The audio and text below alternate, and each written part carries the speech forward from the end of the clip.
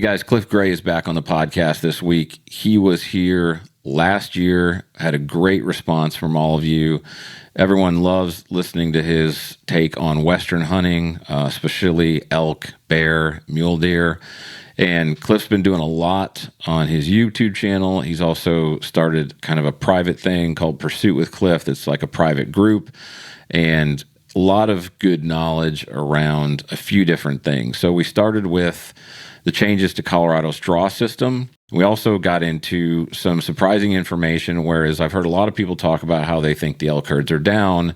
We also talked about the draw and how the fact that just because it's not over the counter doesn't mean you don't have a great chance to get tags, even with 0 or 1 points.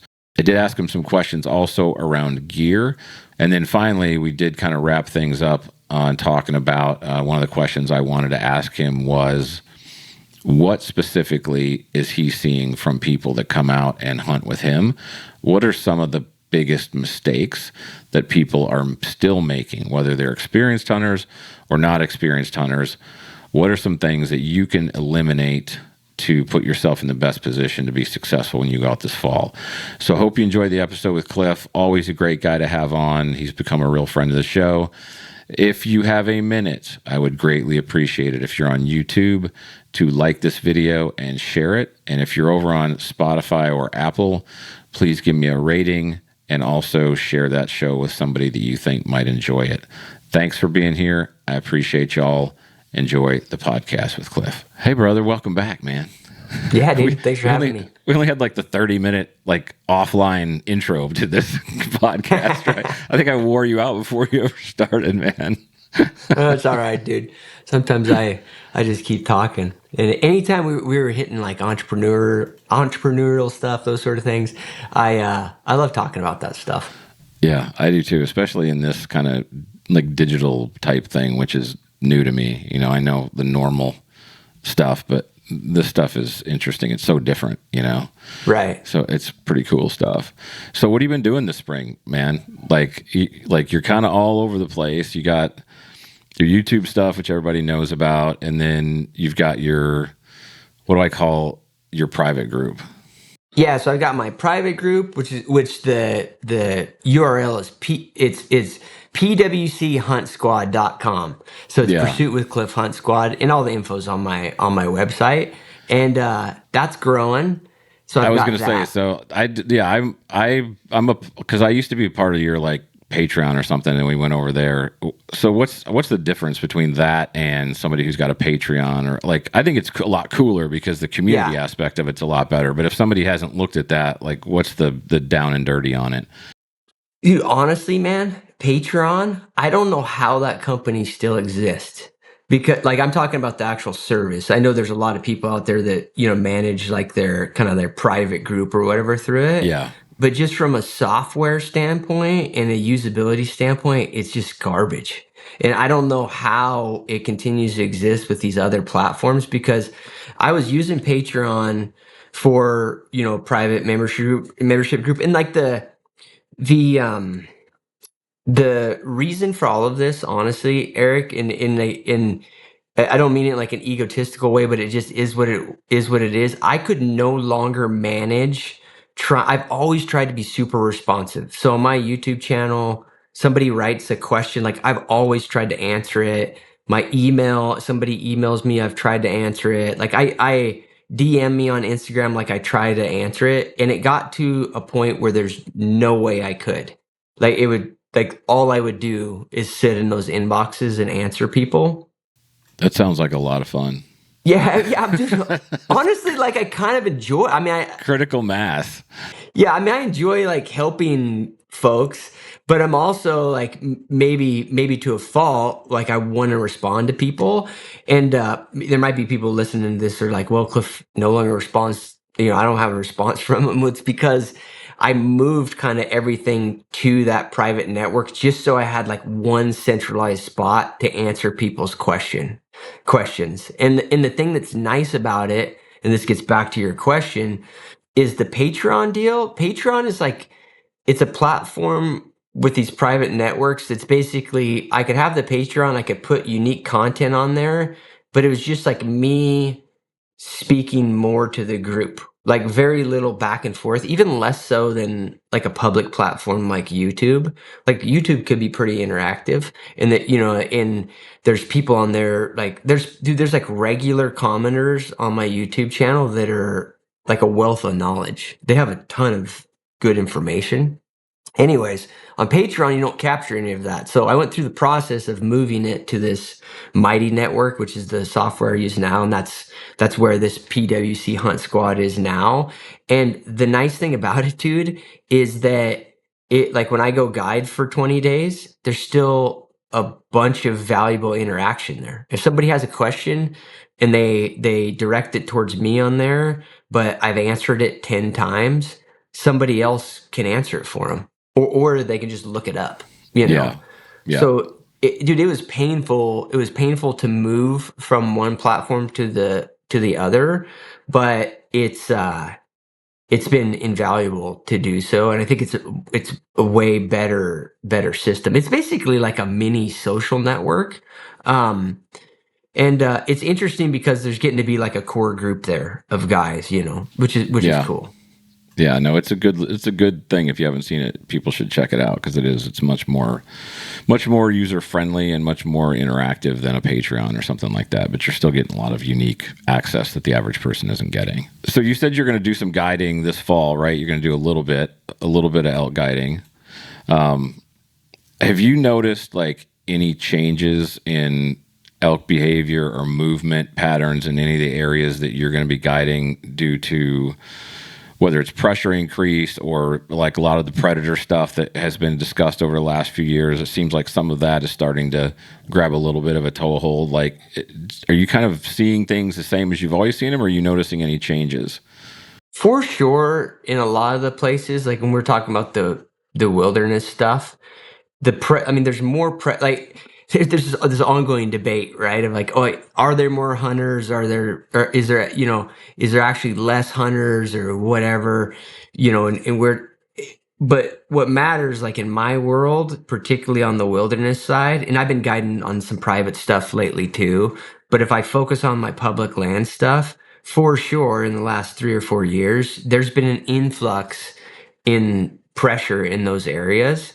And I don't know that it really it's just another dynamic that you have to deal with. You know what I mean? So I don't think it's like the end of elk hunting in Colorado or anything, but that's a real thing. The idea that, there's more trucks at trailheads, and in particular in that, people that are willing to get a little more remote, like that pressure increase is a real thing. There's no denying it.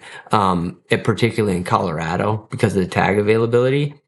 Man, the predator thing, I've had this discussion a bunch of times privately in the last like 6 months. Like, if you look at Colorado in particular, Mm-hmm. the predator thing, particularly the wolf thing, it's not affecting elk yet, right? And who knows how, to what extent it will in the future, if it will.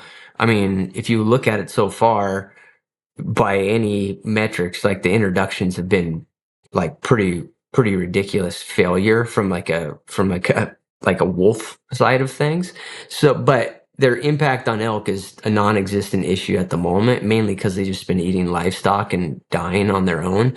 But that could be something in the next 10 years. But I will say, like, one of the comments I will say on the elk predator type of trends out there, like 5 or 6 years ago, and I was still outfitting, like in the thick of my outfitting. Maybe now it's like 7 or 8 years ago.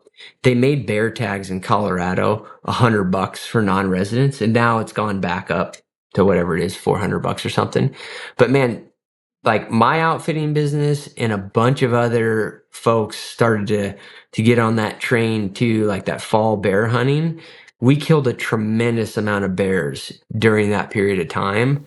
During the And fall. yeah, during the fall. Okay. But man, it's totally anecdotal, and there's a million other variables.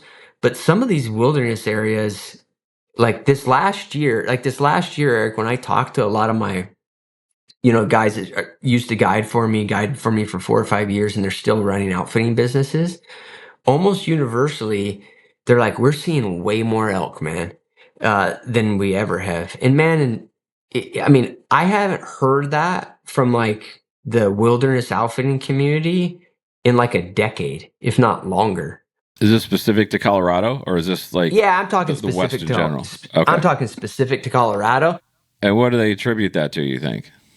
Well, I mean, there's tons of different variables. I think it's partly bears. I mean that I mean, my outfitting business alone, in that like whatever 5 or 6 day period, took 25, 30, maybe more than that bears out of a Mm-hmm. very small region. You know what I mean? So to think that that didn't have some effect on calf recruitment and that sort of thing in specific areas, I'm sure it did. Now there's other things going on too. Colorado in the last 5 years has heavily pulled back on their cow harvest, which is it's all interesting, Eric, not to get like too deep in the wildlife management thing. They still they're still saying a lot of these areas are over objective on elk, but if you look at their actions, they're sucking back cow tags in the vast majority of these regions. So I think that's probably part of it too. Well, I think that's interesting because I know that, and obviously people who live out there have a different perspective on things, but for people, who are out east and aren't elk hunting all the time and might be planning to go out and do an elk hunt in the fall, a lot of the perception is the numbers probably are going down, the pressure's going up, right? Because of the tags that Colorado's now put into place, and that it's going to be a harder place to hunt. So like hearing from people that are in those areas, guiding in those areas, saying that they're seeing the elk numbers go up, like that's a good piece of information for people to have. I think it gives people a lot more, reason to be positive about it. Because I think there's a lot of negativity, at least from the people that I hear talk about it. Yeah, no, for sure. I mean, I no, I'm with you, and I think that unfortunately, I think like in the relatively long term, let's call it like a decade from now. A decade from now, I would guess that there's going to be 25, 30,000 less elk tags in Colorado if you look at just all like a bunch of different variables aligned. But there could be, I mean, over the next 10, 15 years, there could be a lot of ups and downs. You know what I mean? The one thing that is interesting to me, Eric, and I think people have to realize this about elk, particularly when they're talking about Colorado, and numbers wise, if you're like a Western elk hunter or that's what you're looking to do, Colorado runs the show just because of the piece of the pie it has in terms of tags. And then particularly if you're talking about tags that are available to you, to anybody who doesn't have a bunch of accumulated points, who isn't a resident of one of these states, that sort of things, like it's going to move the needle. It's like going to be very relevant. And the thing is that these when you stack in all these trends, the wolves and everything else, there probably will be less of those tags in 10 years. So you have to factor that in, but in the interim, there's going to be a bunch of ups and downs because what if you're and this is like completely skewed amongst social media, but your run of the mill, the bull that is what those tags are allocated for, that most guys are hunting, that's a 3.5-year-old bull in Colorado. So like a 3.5 to 4.5-year-old bull is what guys are killing in Colorado in the wilderness, right? And there's exceptions, but I can tell you for every 320-inch bull that gets killed in the wilderness, there's at least 50 raghorns that are killed. So 3.5-year-old to 4.5-year-old bulls is what runs the show. So you actually have, in terms of like availability of what you're looking for, you have a really tight, in terms of a wildlife, in terms of relative to other wildlife resources like say bighorn sheep or whatever, or trophy caliber elk or something like that. Relative to that, when we're talking about these opportunity type of elk tags, there's a really quick cycle. You know what I mean? Like if here next month, half as many calves get killed by bears for whatever reason, that means in 3.5 years, there's basically going to be double the amount of bulls on the landscape that a guy can kill. Does that make sense? Yeah. I mean, that's a great way of explaining it. And Yeah, it's a really tight, it's a much tighter loop than people think, And do you know what the bear numbers look like? Let's say 8 to 10 years ago versus what they've looked like the last 2 to 5 years in terms of bears harvested. Has it been a double? Has it increased twofold, threefold? Do you know? Oh, with the harvest, Just how many bears are being taken? Yeah, I don't know off the top of my head, Eric, but my guess is it's multiples. I have to look it up, but I know it's risen a bunch just by the fact that during that $100, when they were selling non-residents $100 bear tags, everybody was buying them. Unfortunately, that's changed, but just the incidental harvest related to that shot up the amount of bears that were harvested.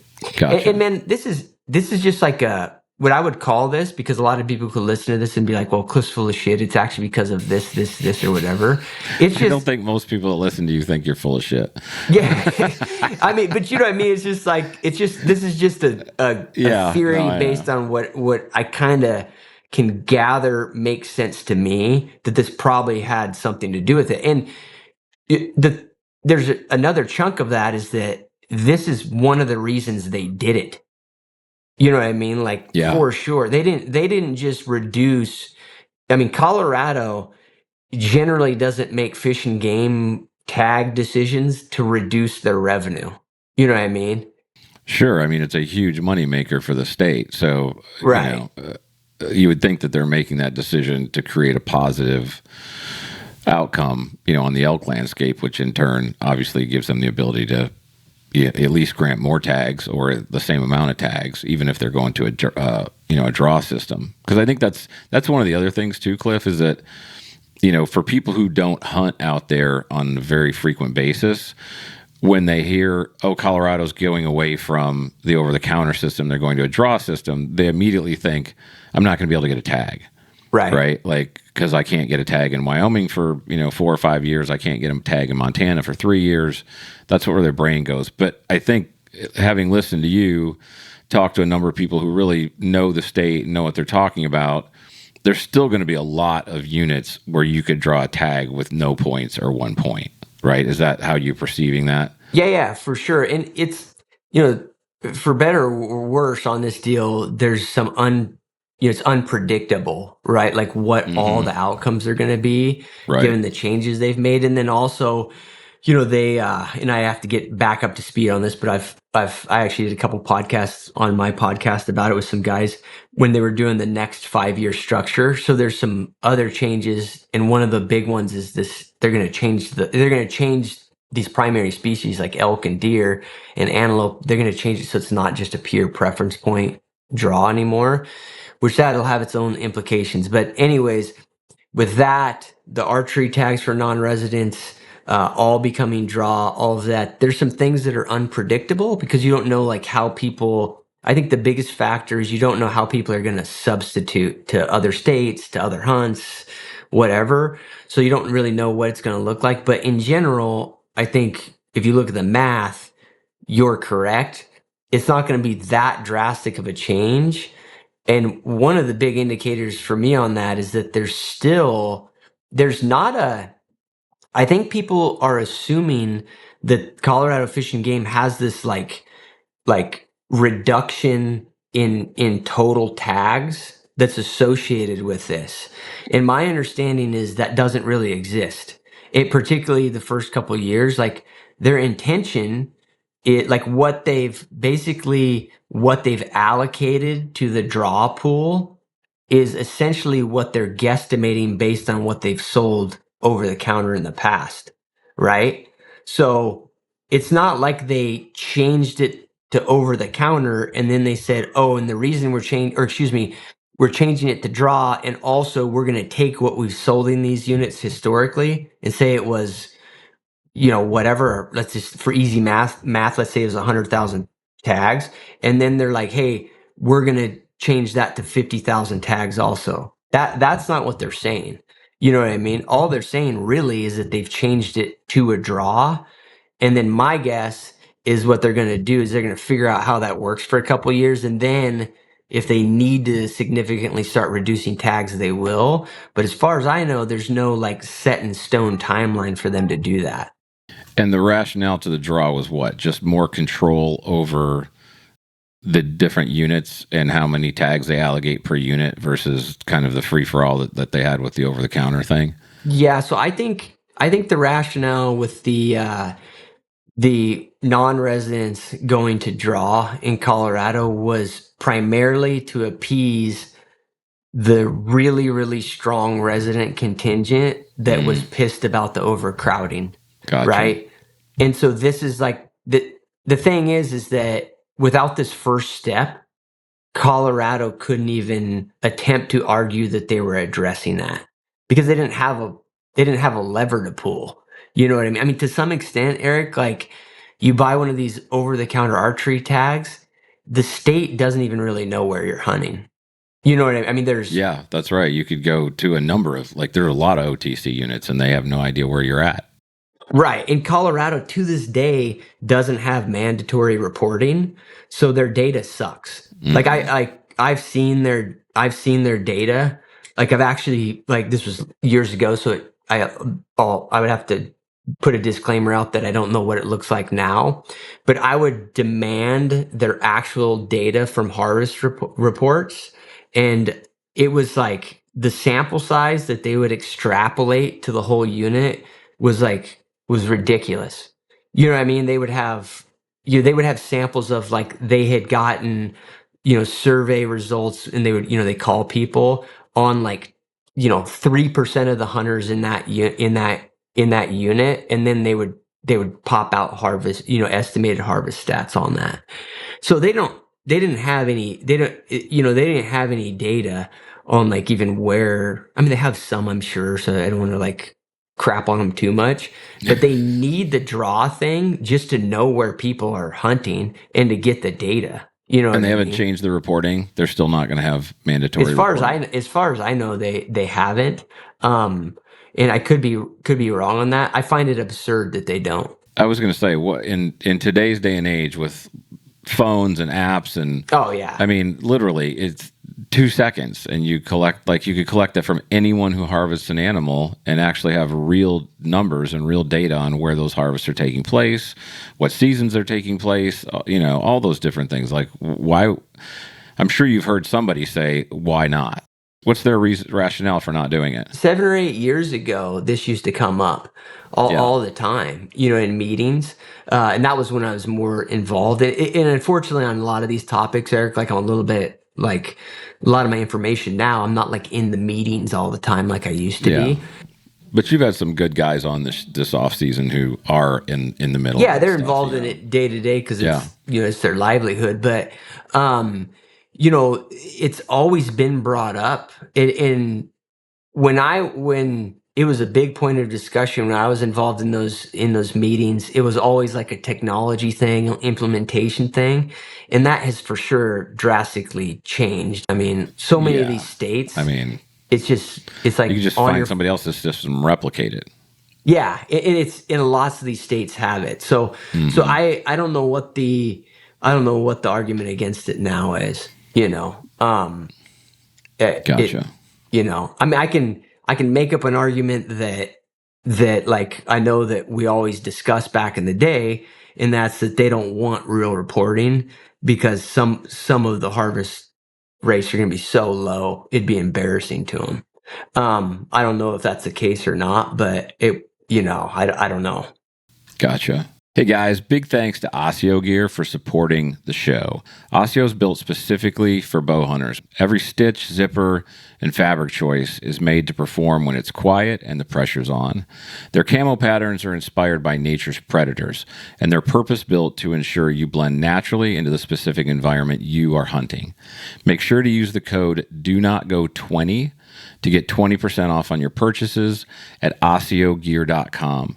Osseo is made for bow hunters by bow hunters. So give them a check. They're a big supporter of the podcast, and we appreciate them. Great gear. Let me switch gears on you. So one of the things that you do a really good job with I think on your YouTube channel is talking about gear, like what gear you really should need, what gear you don't need, what gear is overrated, that kind of stuff. There's been tons of upgrades, changes in gear the last few years.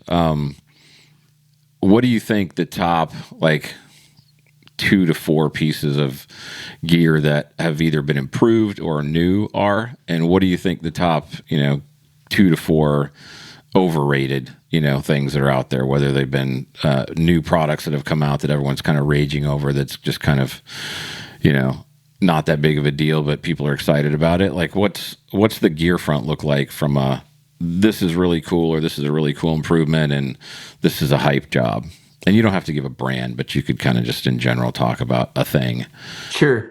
I would say that I'm usually not a early adopter, Eric, because like I get a lot of the products. Like I have some prototypes of things like in this room right now, so I get exposed to them a lot. But a lot of times, like I'll even get harassed by the companies, 3 months later, like, hey, you got, and they're not like, pushing me to put something out positive, where they're like, you got any feedback on it? It's like, well, I haven't even used it yet. So a lot of this stuff I don't, a lot of this stuff I don't, it takes me, people are out there already talking about it, extensively in the YouTube world, and I'm like 6 months away from even forming an opinion on it. So I tend to be a little bit lagging. But there are some things that I think, that when I try to really, like, I guess I'll, like, my own personal benchmark is I try not to change my gear unless I can really justify it, because this is, maybe it's exacerbated when you're guiding because you got a little bit more going on than just doing your own personal hunt or whatever. But I don't like my system changing, and that might seem petty to some folks, but I don't like, I want to be able to make my breakfast the same way I have the last 500 days of guiding. And the only reason I'm going to change that is if there's like something pretty drastic that would justify me changing like my routine. Because man, I've seen it. I've seen it amongst guides that work for me. I've seen it amongst clients. What happens is people literally are changing their gear so much, and they're so infatuated with the hobby of gear research, which I acknowledge is fun. And that's what I view it as. It's almost like another activity. But the problem is then when they go in the field, that's all they're doing. Like every time they are, they're setting up a tent, it takes them 5 times as long because it's a different one than they used to set it. All that stuff actually matters if you're changing your shit all the time. So anyways, Right. it's my long-winded way of saying, like, I have a pretty high mark on things, and that's also probably why sometimes it may seem that I'm lagging. But I will say, like, on the positive side of things, the stabilized binoculars, from my perspective, are for a lot of types of hunting are a huge plus. There's some, I'd say that there's a couple things you have to realize with them. Like right now, there's not a bunch of different, like if you look at, glass quality, the options in terms of like objective size, even the ergonomics of the bodies of the binoculars and all that, there's not a big selection. So that's kind of a negative a little bit. And then there's actually some practical things that some people run into, and they seem to be idiosyncratic to some folks. And the primary one being that some people get sick from them. Oh, really? And why is Yeah. that? I don't know. This is something I've been trying to figure out, because I had we were discussing it before the podcast. I do these group hunts, and they tend to be with newer hunters. Mm-hmm. And last year in the spring, I guided some spring bear hunters, and there was a couple guys in there that were newer guys, and they were literally newer guys at the extent that they had probably only looked through binoculars for like a half hour in their life, and a couple of them got sick. And then what's weird is that a year later, and I've been guiding a bunch in the interim, and I've been Mm-hmm. handing stabilized binoculars to everybody to get their thoughts and whatever else. And part of me has been like, hey, like how many people are getting sick from these things? And I had nobody get sick. And then here this last week, I had another hunter get sick from him, and he's like the exact same profile. A guy who's brand new to hunting, and he's used binoculars very little. And so what I can speculate, because I can't personally replicate it, I think it has to do with using them too quickly, Eric. Like, does that make sense? I Mm-hmm. think I think the guys are turning them on, and then because they've never actually used normal binoculars, when Mm-hmm. they put that binocular up and then they have the stabilization on, Yeah. they're like, oh, this I can see everything, and then They're they all over the glass place. really quickly, and it makes Yeah. them sick. So, have any of those people, when they felt like that, when you switch the glass on them, does it fix the problem? Like if you take them back to traditional binos, does that go away? Well, yeah, I mean it'll go away, but then when they go back to and then primarily I use the SIGs. Mm-hmm. When they go back to the stabilized binoculars, and just so, I mean, I'm not sure how familiar your viewership will be of these. I'm sure they've probably seen them, but SIG makes them. A company named Kite makes them, and they have basically technology in them that visually stabilize. It's like a gyro or something, so it like kind of mechanically stabilizes the image. But when they go back to a classic binocular without that, they won't be sick. But when they try the SIGs again, they'll get Mm-hmm. sick. But the thing is like I can't parse that out, Eric, because it's like people who get sick. There's a psychological component too. Sure. Like once you get sick with them, you're much more likely to like get sick with them, if that Yeah, makes because you could sense. potentially expect it just to happen again mentally. Like, Right. so Yeah. that makes sense. Yeah. Have you ever used them?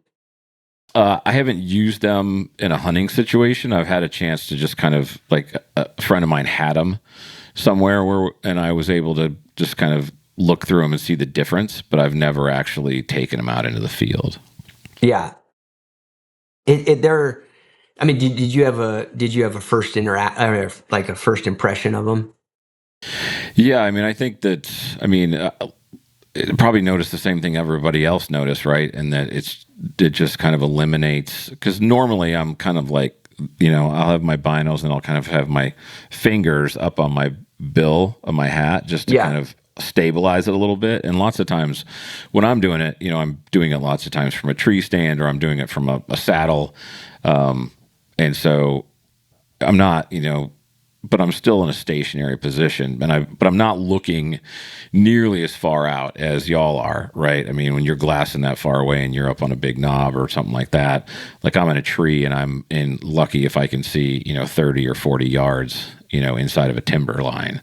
So I'm not looking as far away, which I don't know if that makes a difference, but just the stabilization of it and not having it move around, because that's always the hardest part for me, especially when I'm in a lot of thick, heavy timber and I'm trying to, find like potentially look inside of a bedding area or something like that. You're looking for, tiny little pieces of something that's not moving.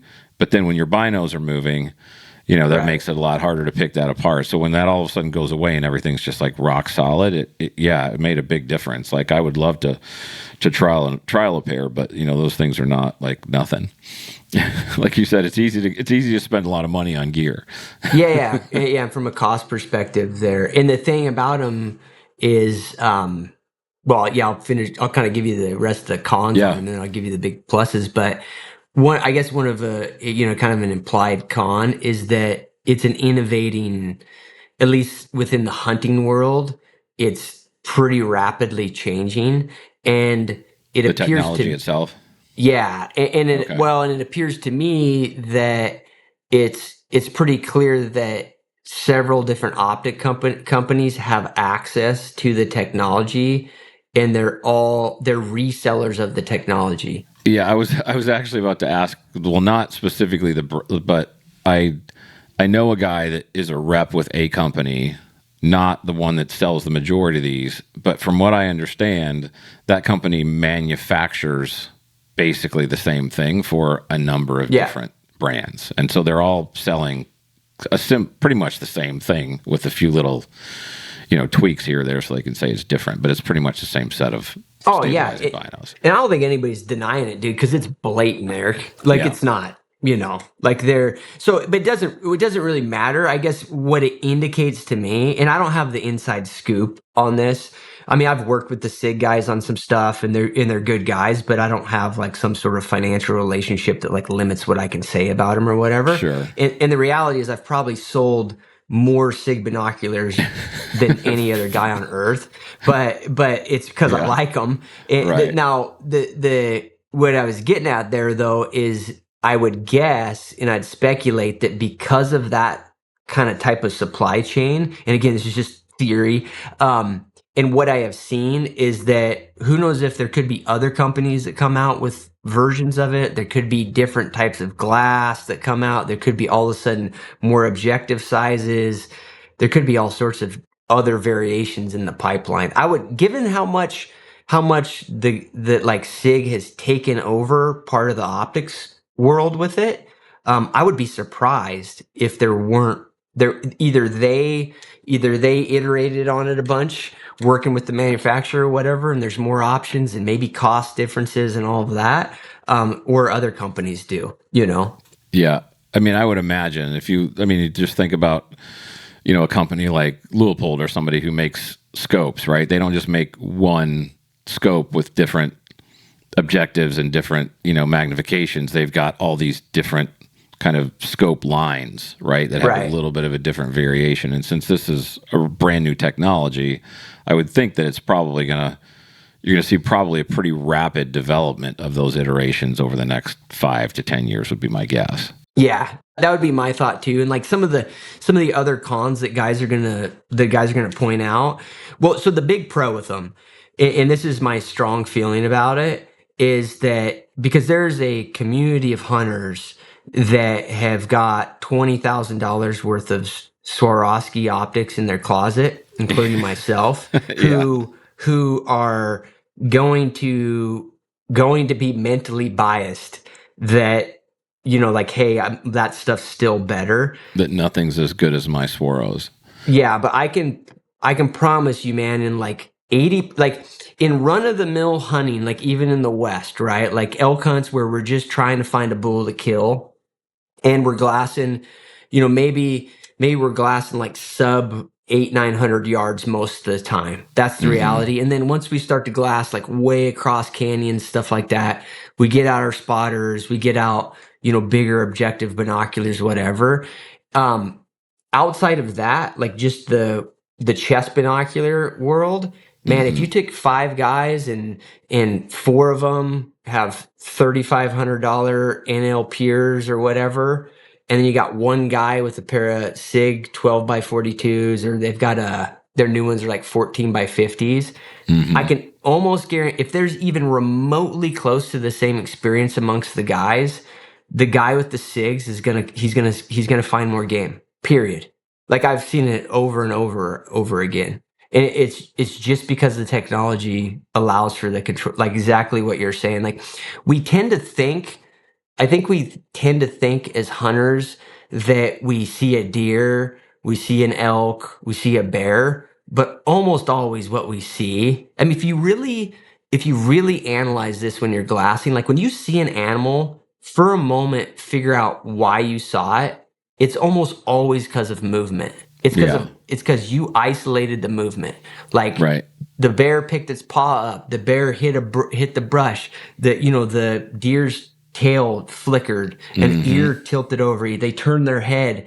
That's why you saw them. Dude, I've seen elk, like I've glassed aspens, and I'll see them sometimes. Like a lot of times I'm looking in aspens, and I'll find like a horizontal line, and sometimes they'll be like downfall and stuff. So you see a lot of horizontal lines, but you'll be like, okay, why did this horizontal line make me stop? Because it's literally like, it's not an identifiable color difference. It pretty much looks like the others.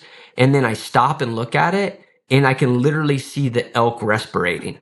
Like I can see its chest like going up, and that's why I've stopped, because like I see that movement in the elk. It's just breathing, and obviously you're not going to see this from 1,000 yards, but if you're looking in like some thick bedding area, 400 yards, like you can catch that. And I think people underestimate that. They think they're finding game by like Where's Waldoing it, but they're actually finding game by little flickers of movement that are isolated.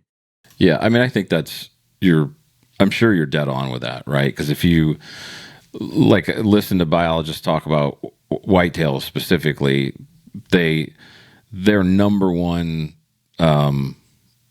thing with their eyesight is movement, is their ability to Yeah. pick up minuscule, pieces of movement. Like it's not that they can see so much better than any other animal or people. It's that they can pick up just traces of minuscule pieces of movement better than we can, right? And that's why you can't, like, they pick stuff up so easily, and that's why they pick you off so easily. So, I mean, that makes total sense.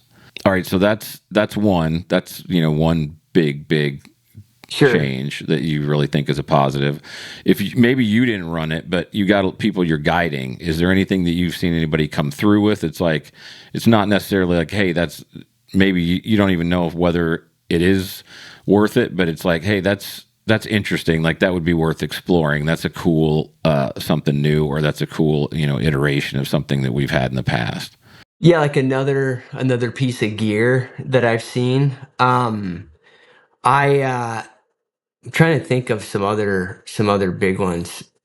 For me personally, I will say on like the sleeping front, Mm-hmm. um, I have been, and this is going to be a specific brand, Yeah. but Argali's mummy bag. I've never slept, like, to me, I've never slept very well in like a mummy bag, and that bag works really well for me. And I don't know if it's how Brad like shaped it or whatever, but I can roll and sleep on my side on it, and it's still a super lightweight bag. It's not a cheap bag, so that's one thing that has changed, and it's been a good change. Now, the reason it made me think of it is, and I haven't used them, and it's not a new thing, particularly amongst like the backpacking community, but I had a couple guys that, particularly on these like mid temperature type of hunts, they're running quilts like over their sleeping pad Mm-hmm. instead of mummy bags.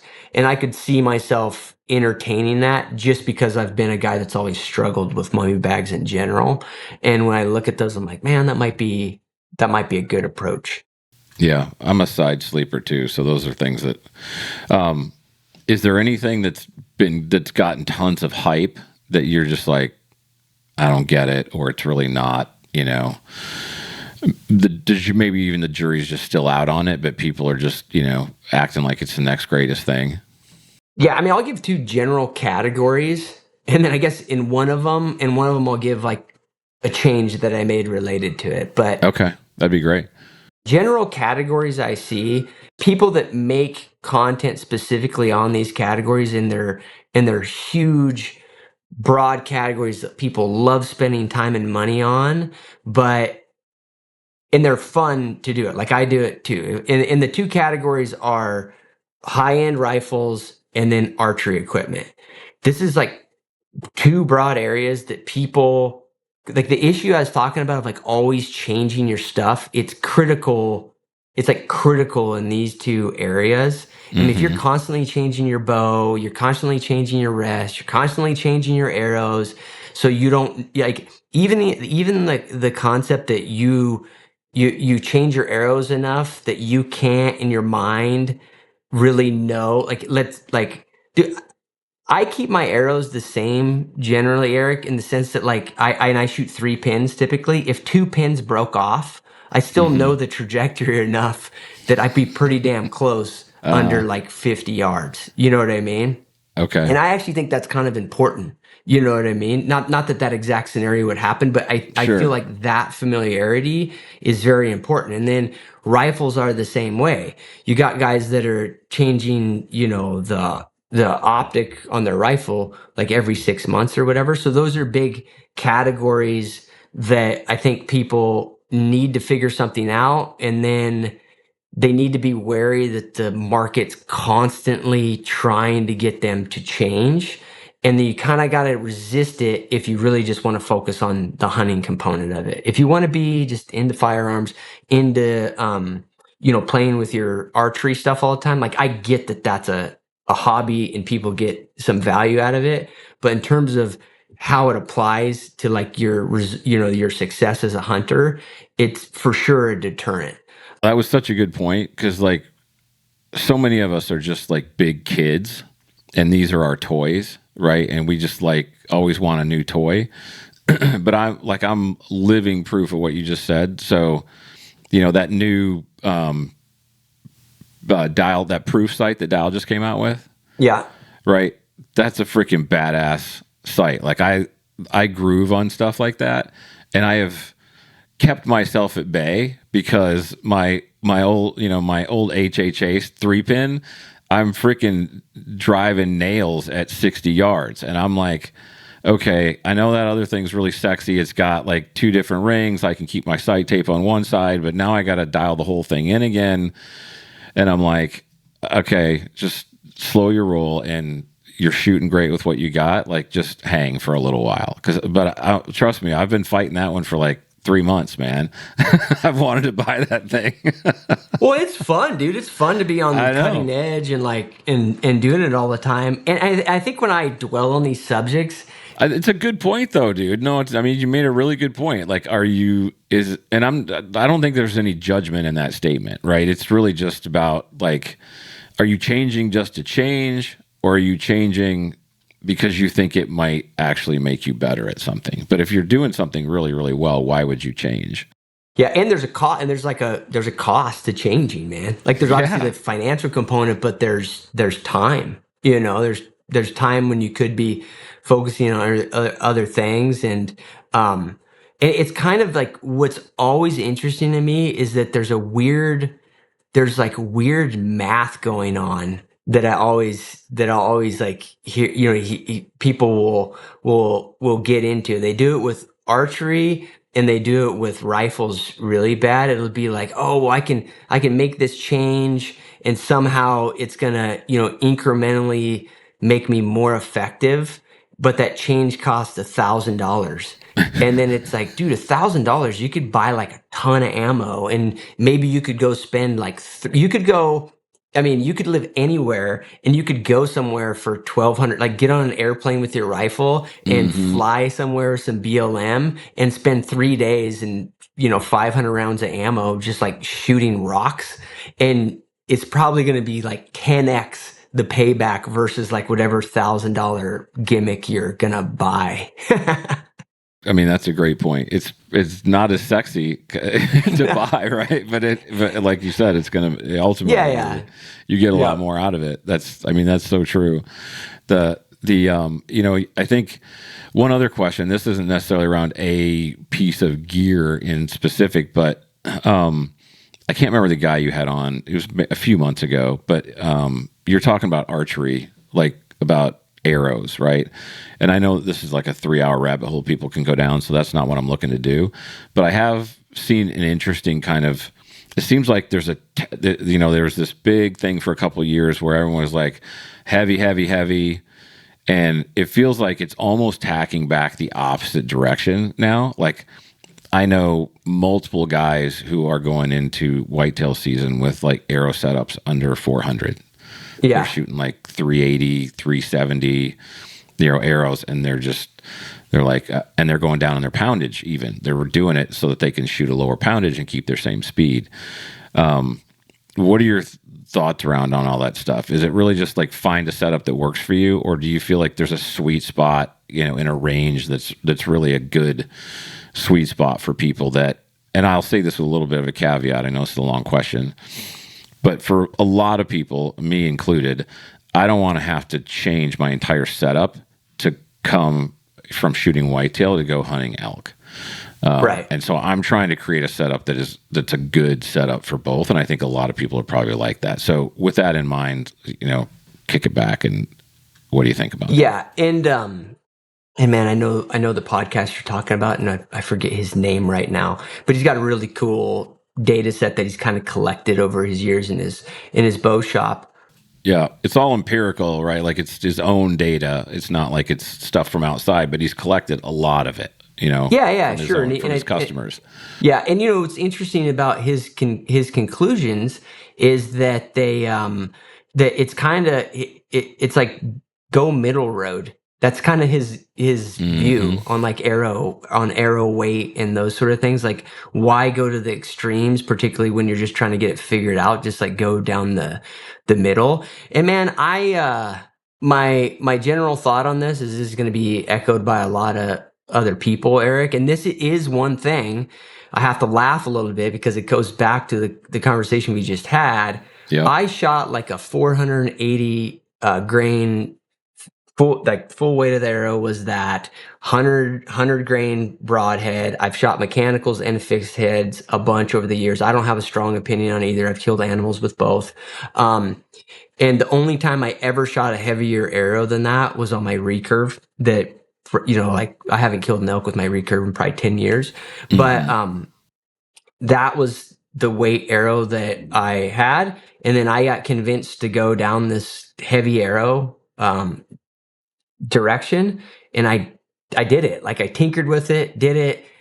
Was it just curiosity, or was there somebody that you like put a lot of stock in that was like, hey, you need to do, like, you should really try this? No, I think it was a combination of people. It was just like, looking at things. And I think it also came back to the fact that like I hadn't done that. I was still, really when I went to, go through this whole thing, like I was still shooting through a whisker biscuit, and honestly, like there's part of me that's like, why don't I just shoot through a whisker biscuit? Because it's like, I love that thing, but whatever. There's like reasons not to. I'm just to give you a flavor of like I hadn't changed anything in a real long time, so I'm like, all right, I'll try this heavy arrow thing. And man, I went through the whole deal, tinkered with it a bunch, did all that. I understood the pros, and then I thought I kind of understood the cons until I started shooting the arrows a lot. And I'm like, this is so the trajectory where for me personally is critical with the elk situations that I'm going to be in. The trajectory thing is a problem. And it literally took me doing everything, Eric, and going down that route to realize that. And I'm not saying that anybody led me astray. Like, sure, you just wanted to figure it out on your own.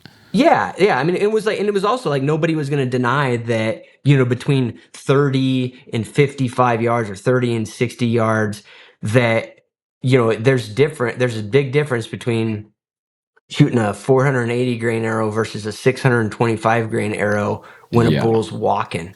And he covers 5-10 yards or whatever. So it wasn't like anybody, had no, like, nothing, nobody was telling me that wasn't the case. But when I started shooting them after getting it all set up, tuned and everything, I'm like, this is not going to work because I want to go back to my old setup. You know what I mean? Because that part of it was an issue. Like I had to literally do it to realize like, oh yeah, like this is an issue for me. I don't want to have to get my rangefinder out if I think the bull moved 5 yards. That was a real thing. And then I went down this rabbit hole, like, there's also this idea of like, can I jam one through the knuckle of an elk shoulder? And the answer is probably not. So like, what was I gaining? Right. So anyways, this is like my own personal like journey with it, I guess I'm getting into. But my overall take is that, and it's cliche, man, but it's all about accuracy, and like hitting where you're aiming with elk. That's what I've seen. And then outside of, if I was going to give general recommendations, I give the same thing as he said on that podcast, like start at 480, 500 grade arrow setup and go from there. You know what I mean? And so that's my thought on it. And then I think beyond that, there's, just building up your own marksmanship on the deal. And then there's also understanding like elk anatomy, understanding elk anatomy and like angles on an elk from what I've seen is gigantic. Talk a little bit about that, especially for people, that have either going out for the first time or have been out a few times, but they haven't actually harvested, haven't gotten a shot on a bull. Like, talk a little bit about that and the specifics around, understanding that and roll on that. So the thing that you're going to constantly hear about elk, particularly if you're just getting into archery elk hunting, is they have a giant vitals area. And they do have a giant vitals area when they're broadside, but you have to understand like how quickly that those vitals will get smaller, and then they get where they may not be where you think they are as the animal curves. And it could just be, it could be a leg back and the bull turned to you what looks like, what looks like pretty much broadside, but it's just like a foot this way, right? I guess like a better way to explain it is I can be guiding a guy and I'm here and I'm looking at the bull and he's perfectly broadside to me. And then I've got a hunter who's, 10 feet to my right. And if he shoots as if that bull is perfectly broadside, he's going to one lung the bull and we're never going to find the bull in the mountains.